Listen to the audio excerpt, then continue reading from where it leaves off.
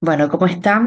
De acuerdo a lo que habíamos acordado, les voy a grabar esta clase. Espero que el tiempo de exposición que me permite esta plataforma de Zoom pueda permitirme un tiempo suficiente como para terminar la clase en un solo video. Si no, bueno, ya grabaré otro video más de acuerdo al tiempo que me permiten las plataformas que estoy utilizando para grabar. Bueno, en la clase de hoy voy a comenzar a compartir pantalla. Vamos a ver justamente, em, vendría a ser el primer tema del programa, perdón, en la unidad uno. Este tema de la unidad uno tiene que ver justamente con la discusión entre lo que se llama las teorías innatistas y las teorías empiristas de la percepción. Pero esta discusión de corte principalmente filosófica no es algo que haya acontecido en estos últimos tiempos, ni mucho menos en el último siglo, sino que viene aconteciendo ya hace mucho tiempo atrás. Estamos hablando de un mínimo de 300 o 400 años atrás. ¿Por qué? Porque la discusión acontece alrededor del año 1600, luego de que comenzara a haber también una discusión de corte no solamente filosófica, sino también de corte ideológica, podríamos decir, en torno al sistema de creencias. Y para ello debemos trasladarnos principalmente a la Europa medieval del siglo XV, en donde principalmente la noción que acontece por aquel entonces acerca del mundo es principalmente elaborada a partir del sistema de creencias. ¿Qué significa esto? El centro de todo lo era Dios. Luego se empiezan como a validar ciertas concepciones de algunos pensadores, entre ellos, bueno, tenemos Aristóteles, entre otros, que justamente validan la creencia de las cosas, pero principalmente de corte religioso, o sea, todo lo que demanda un cuestionamiento o eh, la configuración en torno a algo válido o algo verdadero está pensado principalmente desde la creencia, desde los pensamientos habilitados, en el caso, por ejemplo, de los reyes, en el caso de la Iglesia Católica, pero también de algunos pensadores como lo era Aristóteles. En ese entonces se empieza a pensar en que no todo lo que acontece gira en torno al sistema de creencias y se traslada la mirada o la construcción de pensamiento y conocimiento a otra mirada. Es decir, ya deja de tener a fines del siglo XV, empieza a dejar de tener preponderancia la creencia de que todo gira en torno a Dios o a algo superior que es el que marca, ¿no?, el pensamiento de las personas. Y donde principalmente se empieza a ver este corrimiento o este giro en el sistema de creencias y el sistema de la creación de conocimiento o la concepción del pensamiento habilitado, y es principalmente la pintura. Recordemos que durante un buen tiempo, ¿no? Eh, el pensamiento que giraba justamente eh, en la producción de conocimiento, los procesos perceptivos, empieza a tener una fuerte preponderancia, ¿no?, en el sistema de creencias, pero también si lo pensamos en torno a lo que significan las representaciones o la configuración de ideas, ¿no? y la educación moral de la mirada y del ojo. Em, si nos centramos principalmente en el medioevo, podríamos decir que lo que acontece es un pensar o una construcción de conocimiento ordenada a partir de esa educación de la mirada o el redireccionamiento de la mirada, em, dado que lo importante eran las creencias, Dios era el centro del mundo y del universo, y todo lo que acontecía por fuera de ese sistema de creencias se consideraba profano o pagano. Y cuando desde el movimiento pictórico, por ejemplo, del renacentismo, acontecido alrededor de mediados del siglo XVI o principios del siglo XVI, estamos hablando de un corrimiento de esa mirada. Dejamos de mirar hacia el cielo, como dirían algunos pensadores, y se comienza a mirar alrededor. ¿Para qué?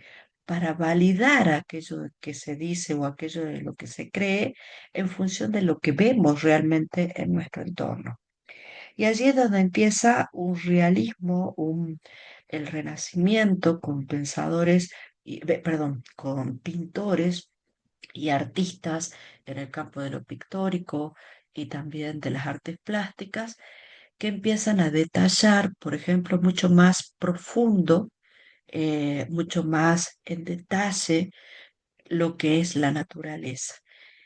Antes de seguir con esto, quería volver atrás un par de filminas mostrándoles principalmente, perdón, vuelvo atrás, de dónde estamos trabajando esta clase. Bueno, los configuramos principalmente en dos textos de Adolfo Carpio, que lo tienen subido en el Drive. Uno es el que habla acerca del empirismo, o mejor dicho, es Carpio y Descartes, creo que es el que lo menciona así, Carpio y Descartes, que es el del racionalismo, el capítulo 8 y el capítulo en donde Carpio aborda el empirismo a partir del pensamiento de Hume, es el capítulo 9. Lo tienen por separado, ¿sí? No tienen el libro completo, tienen estos dos capítulos en particular. Luego también vamos a abordar algo del pensamiento de este español, Juan Ruiz Cordero, que va a trabajar el tema de la escuela de la Gestalt, que es una escuela alemana de psicología.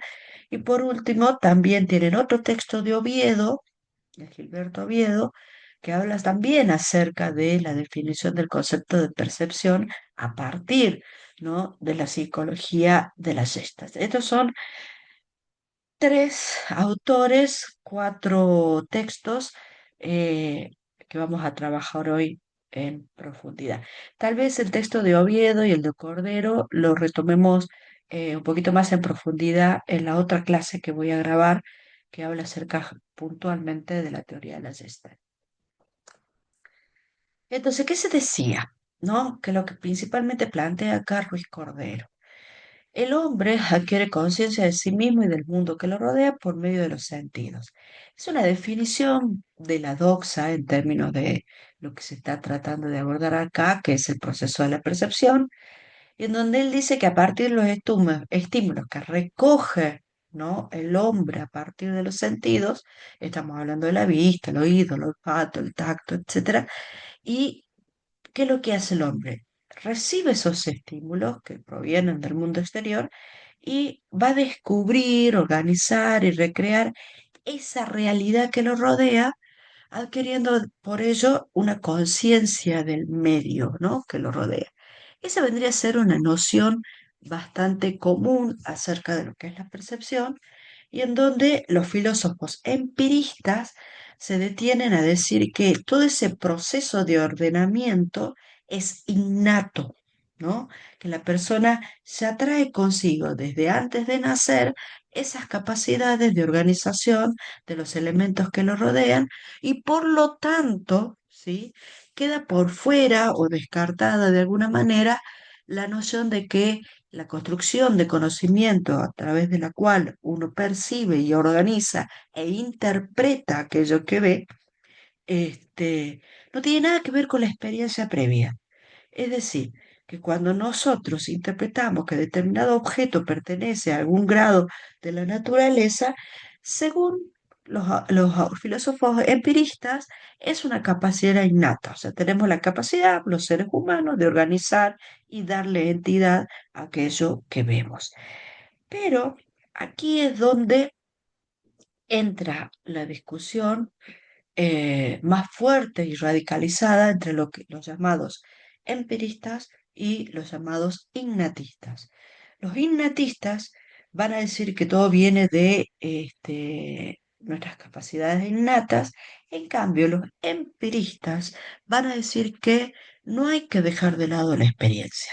O sea, cuando nosotros hablamos de empirismo, y recuerden lo que veíamos cuando en primer año abordábamos la teoría empírica, ¿se acuerdan?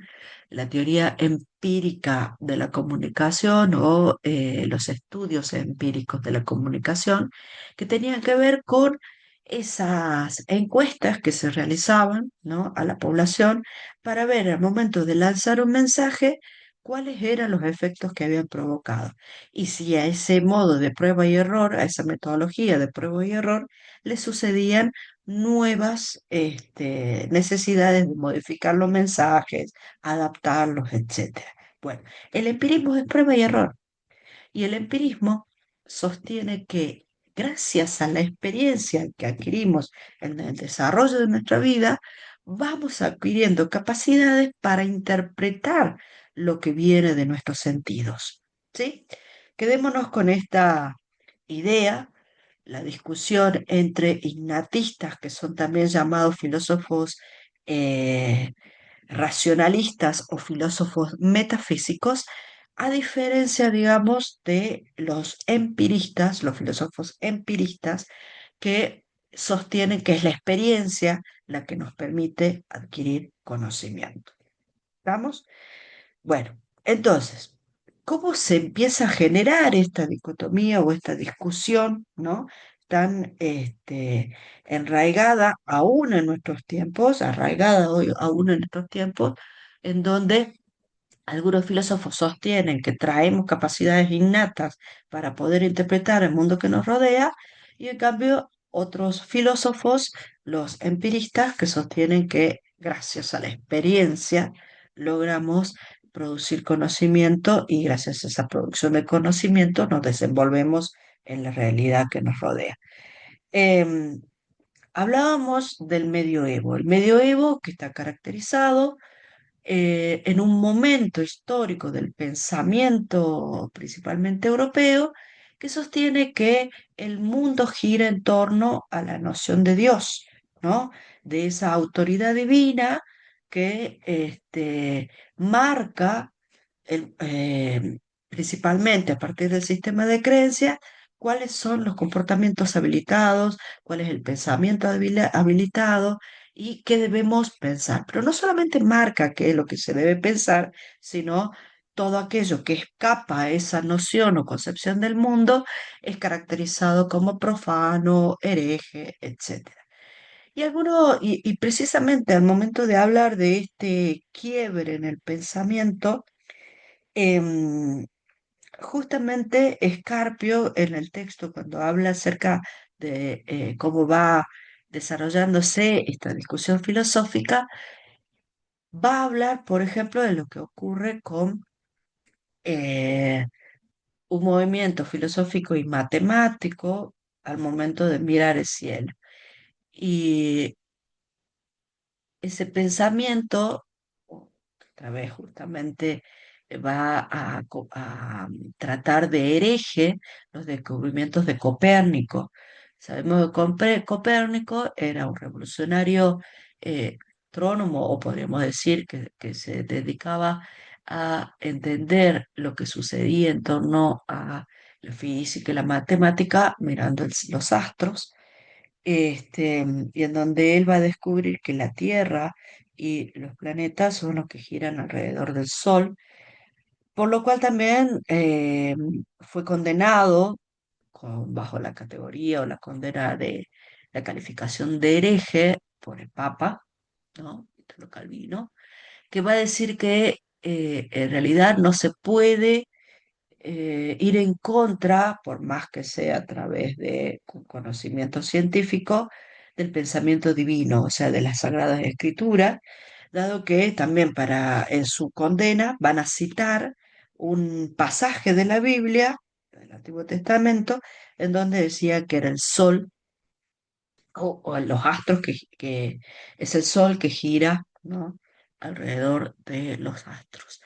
Y o que el sol por un momento determinado había quedado quieto, ¿no? Por lo tanto, se había dado vuelta. Bueno, no recuerdo, ahí lo tienen en el texto citado al momento en que es condenado Copérnico. Entonces, fíjense cómo el pensamiento divino, ¿no? Las Sagradas Escrituras, por encima de la construcción de conocimiento allá por el medioevo. Y pero cuando empiezan a discutirse principalmente desde las artes, como les mencionaba hace un rato, el decir, bueno, a ver, nos están mostrando esto, nos están diciendo esto, pero nosotros vemos otra cosa, ¿no? Es la discusión de estos artistas que van a decir, bueno, a ver, nosotros vemos la naturaleza de otra forma, de una forma en que no es la que nos la están contando. Acá no hay monstruos, acá no hay bestias que vengan a atacarnos si no pensamos de otra forma. O sea, no hablamos de unicornio, no hablamos de ese pensamiento místico, ¿no? O de la presencia de cuestiones que puedan llegar a atentar hacia la construcción del pensamiento distinto. Entonces, estos artistas, uno de ellos, obviamente, Miguel Ángel, entre otros, van a pensar en empezar a estudiar la naturaleza eh, para poder recrearla con una idea aparente de el conocimiento de la realidad. Hablamos, por ejemplo, de esas pinturas hiperrealistas del Renacimiento. Sin embargo, por aquel momento que ya se empezaba a ver otra mirada distinta o una educación de la mirada que empezaba a ser disruptiva, se nos giraba en centro a lo divino, este, se le empieza a cuestionar a los filósofos por qué no acompañan también esta nueva educación de la mirada. Y es allí en donde surgen algunos pensadores, Locke, em, los principales, digamos, pensadores, filósofos de la época, Locke, que discutía el pensamiento aristotélico, pero también Descartes, que, bueno, cuya célebre frase luego de la implementación de su método de la duda, va a describir el pensamiento constante de la duda, ese método que constantemente nos hace dudar de aquello que si estamos viendo es real, con la frase pienso, luego existo. Me imagino que la habrán sentido nombrar o emplear, ¿no? Es una frase muy conocida. Em, es la frase por la cual se lo reconoce a Descartes eh, como una figura del pensamiento que va a traer una mirada distinta acerca del pensamiento filosófico, porque él ya empezaba a entender que a través de otros movimientos como el artístico, se empezaba a cuestionar todo lo antes concebido, ¿no? Entonces, ¿qué era lo antes concebido? Bueno, esa educación moral del ojo que no podía escapar, digamos, del sistema de creencias y este nuevo redireccionamiento de la mirada a entender que en el mundo pasan otras cosas, que nos rodean otras cosas, que la naturaleza y la vida cotidiana tienen un nivel de detalle mucho más amplio del que nos dicen las Sagradas Escrituras, por decirlo de alguna manera. Fíjense, todo este movimiento, bueno, enmarcado principalmente en esta imagen, ¿no? De el pensamiento religioso, fíjense, un implemento de tortura, ¿no? Con la Inquisición y todo lo que ello implica, a ir en contra, ¿no? Del pensar de este sistema de creencias marcado por la Iglesia, marcado por algunos filósofos como Aristóteles, Santo Tomás de Aquino, ¿no? Estos pensadores que acompañan el sistema de valores y de creencia religioso, en donde todo gira en torno a un Dios superior, omnipresente, omnipotente, y que todo lo que se pensara por fuera de ese sistema de creencia se concebía como profano, como fue lo que le pasó a Copérnico, pero también con la imposición del sistema de creencia en nuestra cultura. ¿Qué pasó en 1492? En pleno auge de este centralismo eh, de, de lo divino, ¿no? En el centro del mundo, que es justamente cuando acontece el descubrimiento de América y donde se impone también este sistema de creencias, esta educación de la mirada, como también de que eran pueblos bárbaros, incivilizados, que había que educar, que había que convertir a la fe cristiana, etcétera. Entonces, fíjense lo que acontece alrededor de mediados y fines, mejor dicho, hacia fines del siglo XV y principios del siglo XVI, con esta introducción de un nuevo sistema de construcción de la realidad y construcción del conocimiento, que comienza siendo como un movimiento pictórico, como les explicaba, del hiperrealismo del Renacimiento para entender eh, que estas personas cargadas de ropaje, como lo eran los reyes, los emperadores, etcétera, eran personas humanas más allá de todo lo que implicaba también ese revestimiento y qué era lo que estaban ocultando detrás de esos ropajes, precisamente como lo van a detallar muchos pintores, el cuerpo humano. Comienza el estudio del cuerpo humano, ¿no? Que se empieza a mostrar también en la pintura. Fíjense, a quién se le va a ocurrir poner una figura desnuda dentro de una iglesia, como lo fue la pintura de Leonardo da Vinci, este, en el Vaticano, ¿no? El fresco del Vaticano.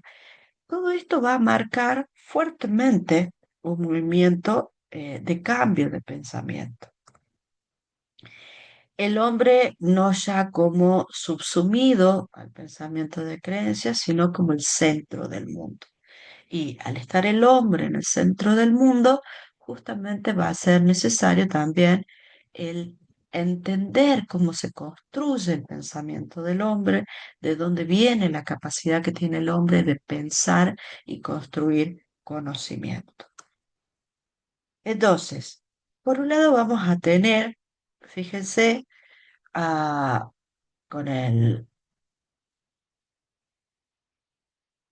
fíjense, ahí estaba corriendo un poquito la pantalla para que puedan verle la cara a este pensador francés, René Descartes.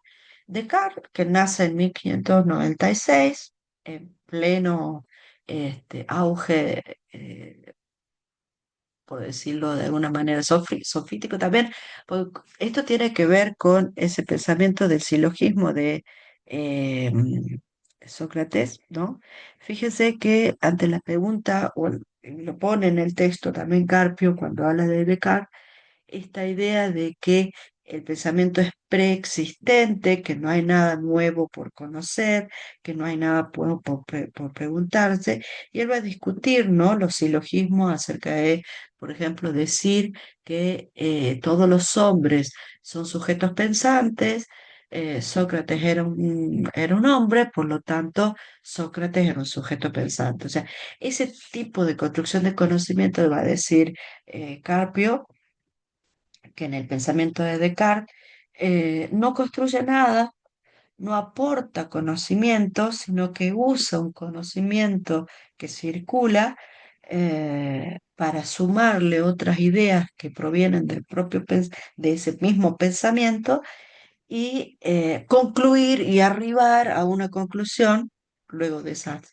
preguntas o esas proposiciones y logísticas que no aporta conocimiento. Es una conclusión anticipada, o sea, ya se sabía cuando decíamos acerca de los hombres pensantes, de que Sócrates era un hombre, entonces que Sócrates era pensante. Entonces, no hay nada nuevo, no hay un aporte. Entonces, Descartes va a decir, bueno, si lo que debemos hacer es cuestionarlo todo lo que lo conocíamos hasta ahora, entonces no tenemos nada por seguro, como una idea acerca de empezar desde cero, ¿no? El pensamiento, y empezar a construirlo desde lo más bajo a dirigiéndoselo hacia lo más complejo.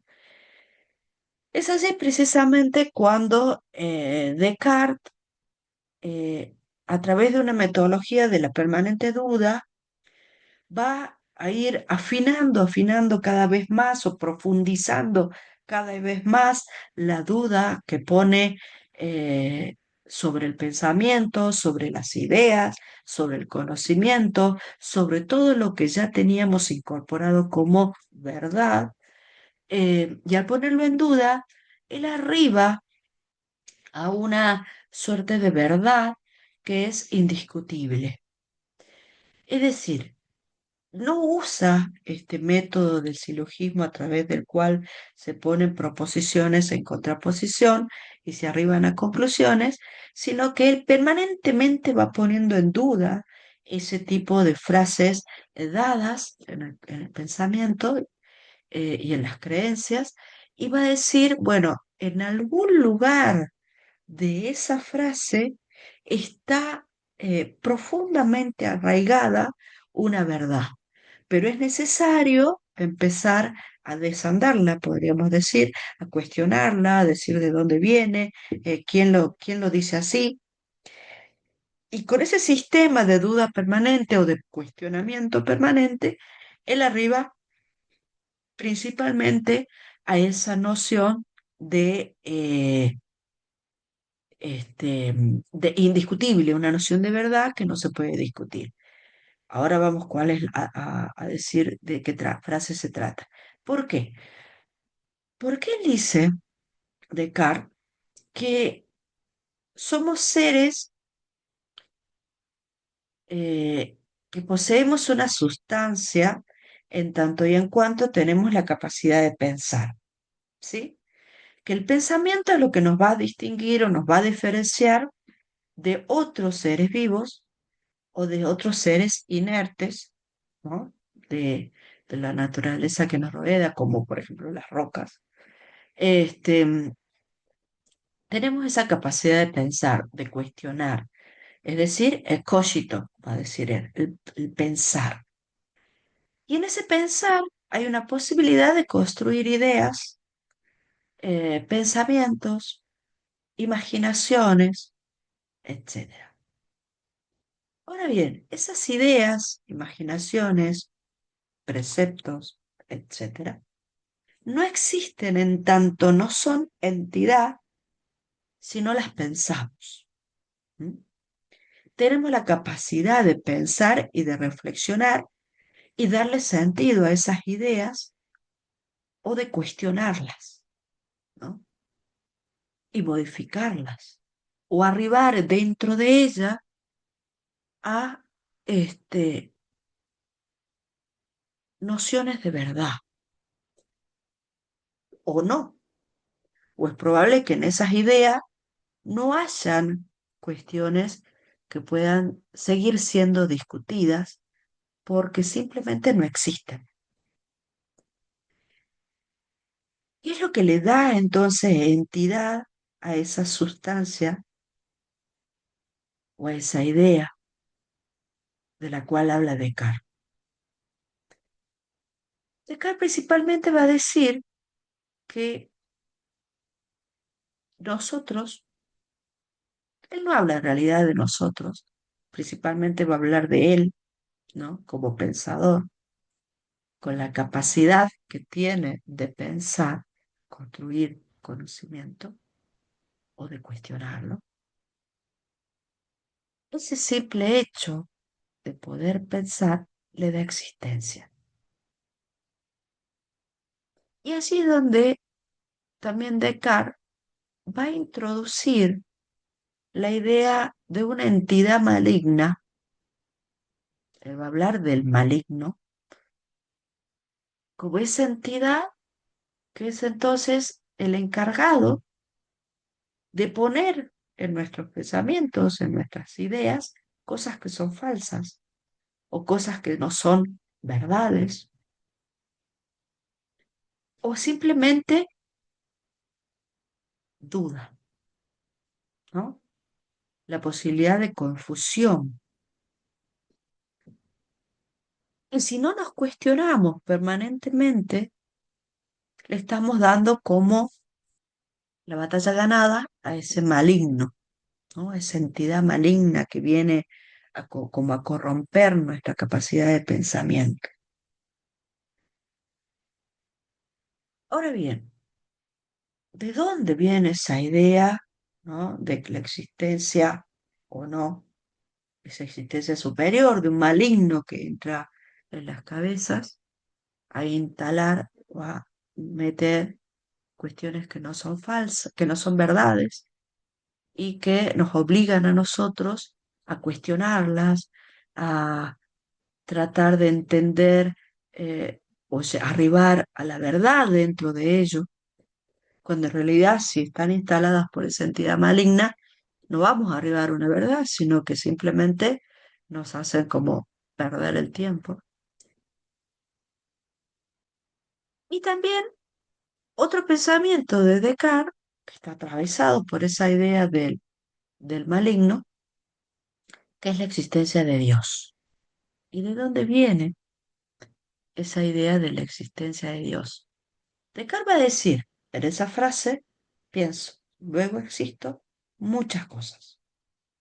Principalmente está dando la certeza de cuál es el método que le permite a él arribar a esa conclusión y que es el hecho de que por la capacidad de pensar ya me está dando la posibilidad de entender que existo, de que soy una entidad que tengo algún tipo de existencia.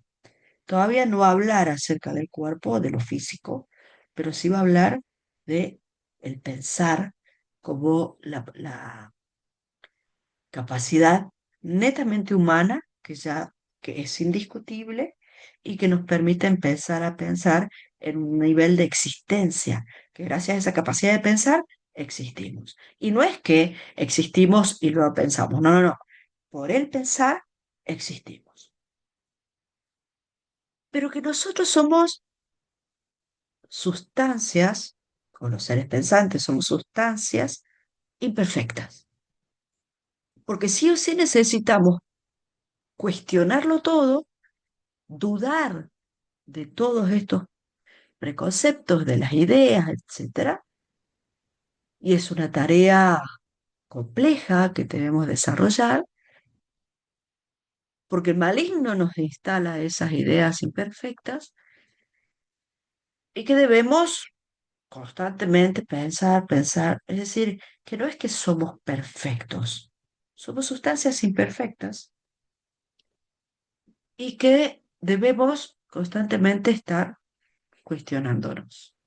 En cambio, Dios es una entidad perfecta, omnipotente, omnipresente, ¿sí? Y por lo tanto, perfecto. O sea, él arriba a la idea de la existencia de un Dios supremo, superior, justificando además esa existencia a partir de la existencia de su propio ser. en el sentido de que él habla de la existencia de un ser pensante, o sea, gracias a su capacidad de pensar, pero que esa capacidad de pensar es imperfecta. Por lo tanto, si existe lo imperfecto, tiene que existir lo perfecto. Y lo perfecto es Dios. ¿Sí? Eso respecto a esa frase, ¿no? Que es totalmente indiscutible o indubitable, como dice Carpio en el texto, pero además ese método de la permanente duda, del permanente cuestionamiento, Descartes va a decir que es innato, ¿sí? Que la capacidad que tenemos de entender o arribar a la verdad de las cosas y del mundo que nos rodea es innata, ¿sí? El pensar. Por lo tanto, la capacidad que tenemos de pensar y arribar a pensamientos verdaderos no debería ser algo que nos es impuesto a través de la experiencia. La experiencia, dice Descartes, queda por fuera. Nosotros con la capacidad de pensamiento, ¿sí? Que es algo innato, el reconocer colores, el reconocer olores, el reconocer la existencia de un Dios, es algo innato. Ese es el pensamiento al cual arriba Descartes de la implementación de su método, que también es llamado racionalismo, ¿sí? Es imponer el método de la razón, el razonamiento, por encima de la experiencia, de lo subjetivo. ¿Sí? Y así queda como una cuestión que estaría como inconclusa, porque ¿cómo explicar todo lo otro? Bueno, él lo explica a través de la presencia o la existencia del maligno. Porque vendría a ser el maligno el que viene a obturarnos esa capacidad de razonamiento y de encontrar la verdad. ¿Estamos hasta ahí? Entonces, en este giro del pensamiento y de la construcción de conocimiento, no hay una distancia o no hay un alejamiento muy claro o una relativización, podríamos decir, del sistema de creencias hasta ahora conocido, porque él usa su método filosófico para explicar eso que tal vez la gente no entendía, que es de dónde viene la idea de Dios.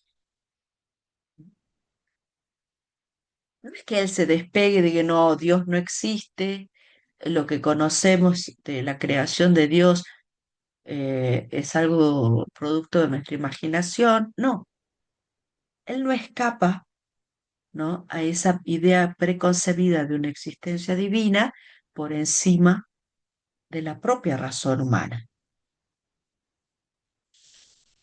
En cambio,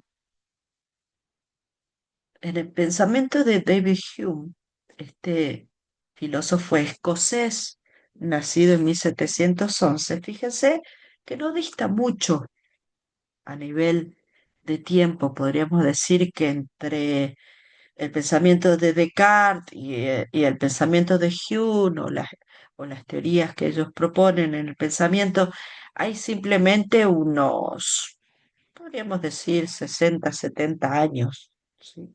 De distancia. Pero sí empieza a darse algunos indicios del advenimiento del empirismo como discusión filosófica o que le discute al innatismo unos años antes de que aparezca fuertemente instalada la propuesta de Hume, y es con Locke también en Inglaterra, en donde ya se empieza a cuestionar que con el ignatismo se está cerrando la discusión, se está cercenando la capacidad de explicación del entorno, dado que pareciera ser que se lo explica todo a partir del sistema de creencias, o sea, sigue siendo una versión modernizada de lo que ya conocíamos del medioevo, ¿m? De la Edad Media. Y el empirismo, de la mano de Hume, viene a cuestionar principalmente la idea de la construcción del conocimiento, del pensamiento, a partir de este, una propuesta, eh, perdón, sigo acá con algunas filminas que tenía, bueno, ya armadas de Descartes, me había olvidado, fui avanzando verbalmente, pero hay algunas ideas centrales que les pueden servir también para entender el texto de Carpio.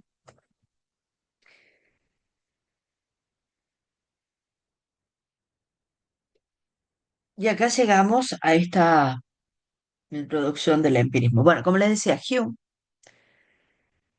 70, 80 años después de que trazaron una línea de pensamiento de Descartes, la va a discutir hablando acerca de qué pasa con la experiencia vivida, dónde queda ese conocimiento.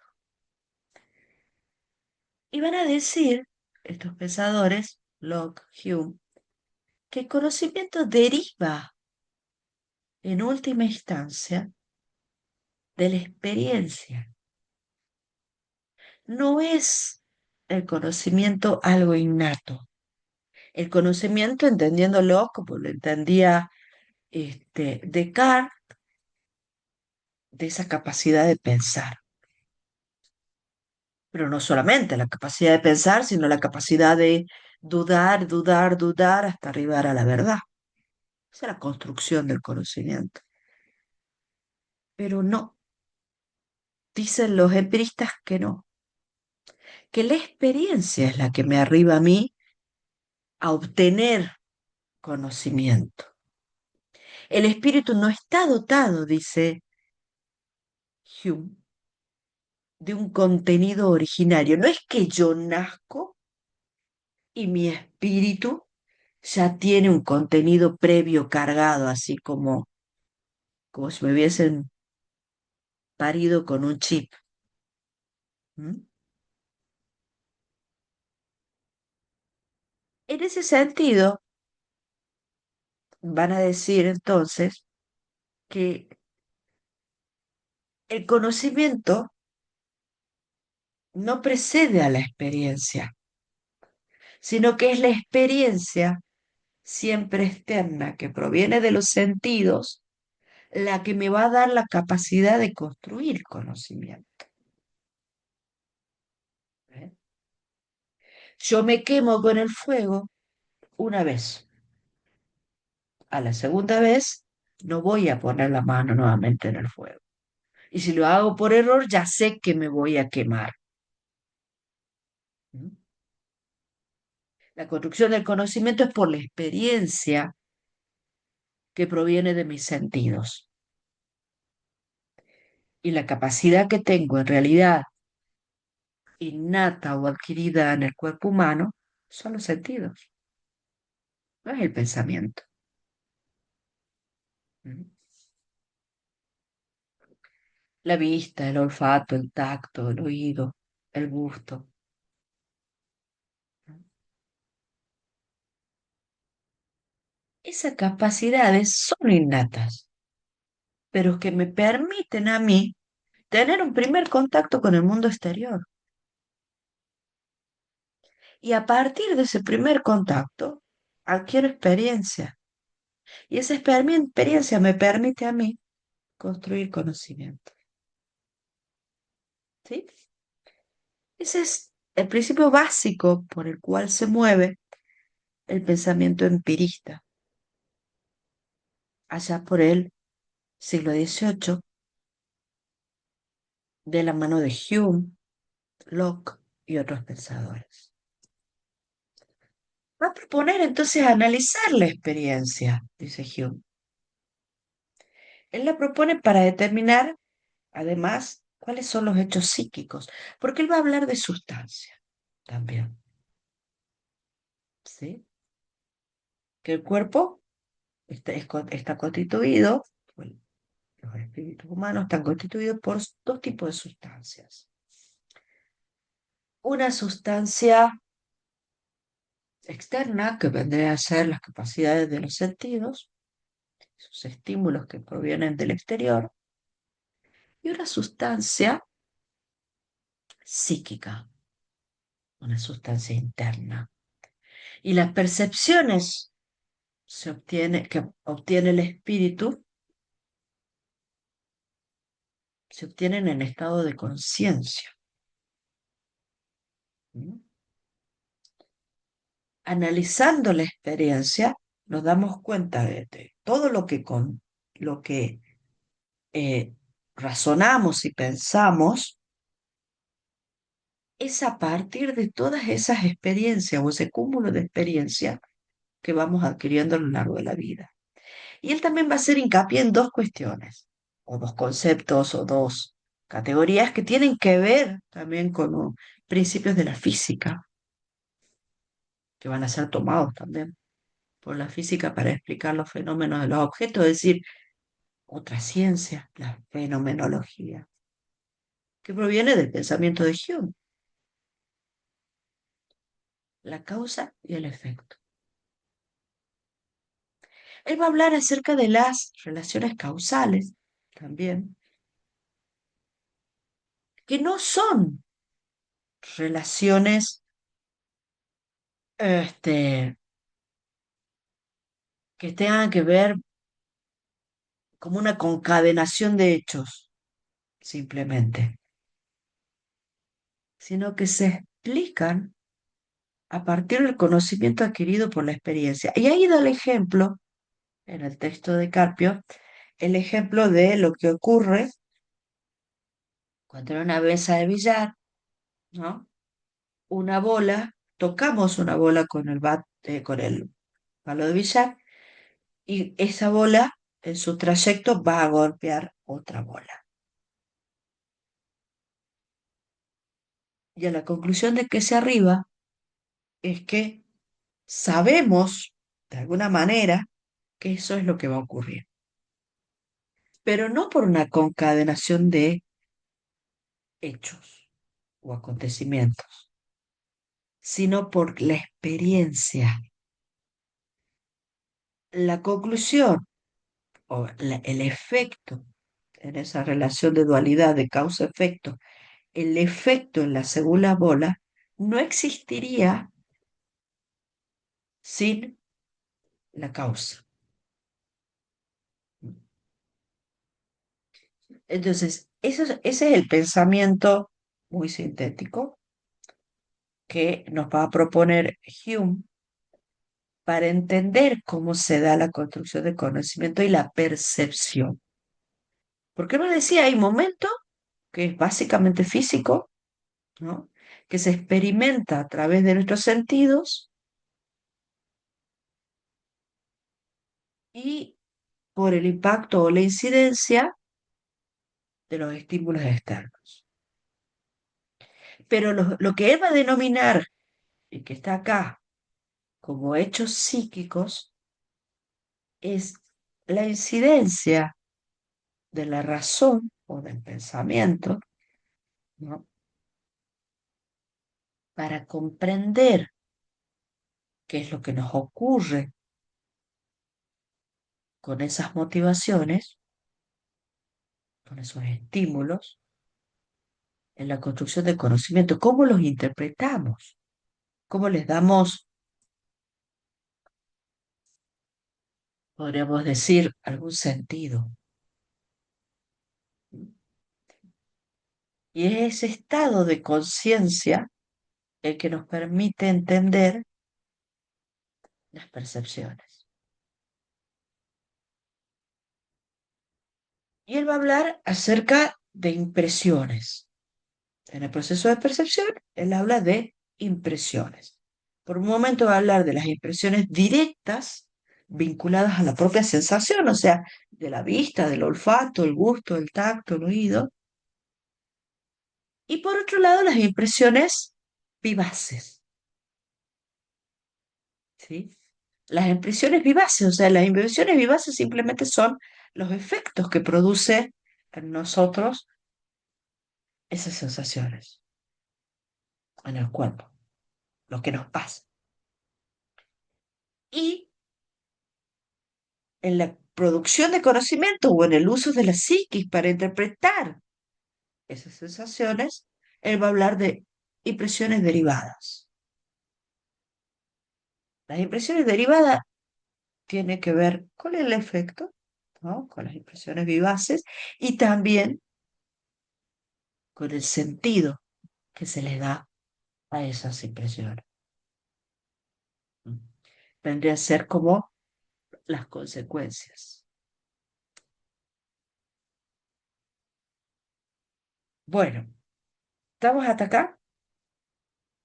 Entonces, podríamos decir que hay una variante muy importante entre el pensamiento de Descartes, que eh, tempranamente empieza a cuestionar filosóficamente todo lo construido históricamente en el pensamiento y en el sistema de creencia durante el medioevo, en este giro a través del cual deja de estar en el centro del universo Dios y una entidad divina o superior, e incluso la legitimidad del sistema de autoridad que tenían los reyes por ser enviados de Dios, etcétera, etcétera. Y pasa a obtener la mirada, digamos, o pasa a girar la mirada, forma parte del centro de observación, el hombre y la naturaleza. Y en ese giro, en el pensamiento que lo comienzan los primeros eh, revolucionarios que fueron los pintores del Renacimiento, pintores y artistas del Renacimiento, obliga de alguna manera a la filosofía a acompañar, es decir, bueno, a ver qué está pasando, por qué ya no miramos a Dios como el centro, ya no nos centramos solamente en la perfección de un supremo, sino que estamos tratando de ver cómo es el cuerpo humano. ¿Sí?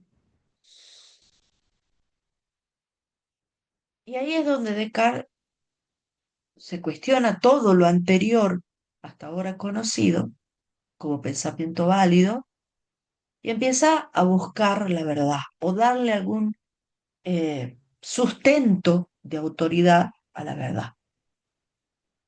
Y de allí justamente es donde proviene su idea o la noción de indiscutible del pienso, luego existo, entendiendo que el pensamiento es la capacidad o lo que nos da la capacidad de existir como seres de pensantes. ¿Sí? Pero de que en ese pensar y el tener que cuestionar constantemente porque hay como una presencia maligna que nos hace pensar siempre mal, hay también una presencia superior, una entidad superior, perfecta, omnipotente y omnipresente, que es Dios. Entonces, la idea de la noción de existencia que tenemos como seres pensantes, eh, imperfectos, a su vez le da la validación a la existencia de Dios. ¿Sí? No se aleja mucho de lo central del medioevo, que era justamente la creencia de algo superior que debía ser respetado sin cuestionamiento para no caer en lo hereje y lo profano, sino que simplemente se valía de una metodología para darle estatus de verdad, ¿no? De autoridad.